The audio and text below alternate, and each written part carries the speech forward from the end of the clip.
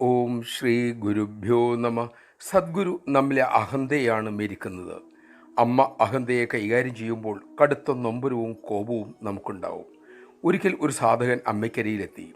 താൻ തെറ്റൊന്നും ചെയ്തിട്ടില്ല എന്ന് അദ്ദേഹത്തിന് ഉറപ്പാണ്. കഴിയുന്നത്ര സ്വയം നിയന്ത്രിച്ച് അദ്ദേഹം അമ്മയോട് കാര്യങ്ങൾ പറഞ്ഞു. എല്ലാം കേട്ടപ്പോൾ അമ്മ അരുളി, മോനെ, അഹന്തയുണ്ടല്ലോ, അജ്ഞാനം മൂലം താൻ എപ്പോഴും ശരിയെന്ന് തന്നെ വാദിക്കും. ആധ്യാത്മിക ജീവിതത്തിലെ ഏറ്റവും വലിയ തടസ്സവും അതാണ്. മോൻ തെറ്റൊന്നും ചെയ്തിട്ടില്ല എന്ന് മോൻ ഉറപ്പുണ്ടെങ്കിൽ പോലും ക്ഷമ ചോദിക്കുന്നത് നല്ലതാ. വിനയം വളർത്തിയെടുക്കാൻ അതുവഴി കഴിയും. നമഃശിവായ. അമ്മയുടെ സമ്മതപത്രം മാത്രം മതി നമുക്ക് എന്ന് നമ്മുടെ മനസ്സിനെ പഠിപ്പിക്കാൻ കഴിഞ്ഞാൽ ആരോടും ക്ഷമ ചോദിക്കാൻ നമുക്ക് മടിയുണ്ടാകില്ല. ചിന്തിച്ചു നോക്കൂ, മറ്റുള്ളവർ നമ്മെക്കുറിച്ച് എന്തു ചിന്തിക്കുന്നു എന്നതല്ലേ നമ്മുടെ പ്രശ്നം ആകുക.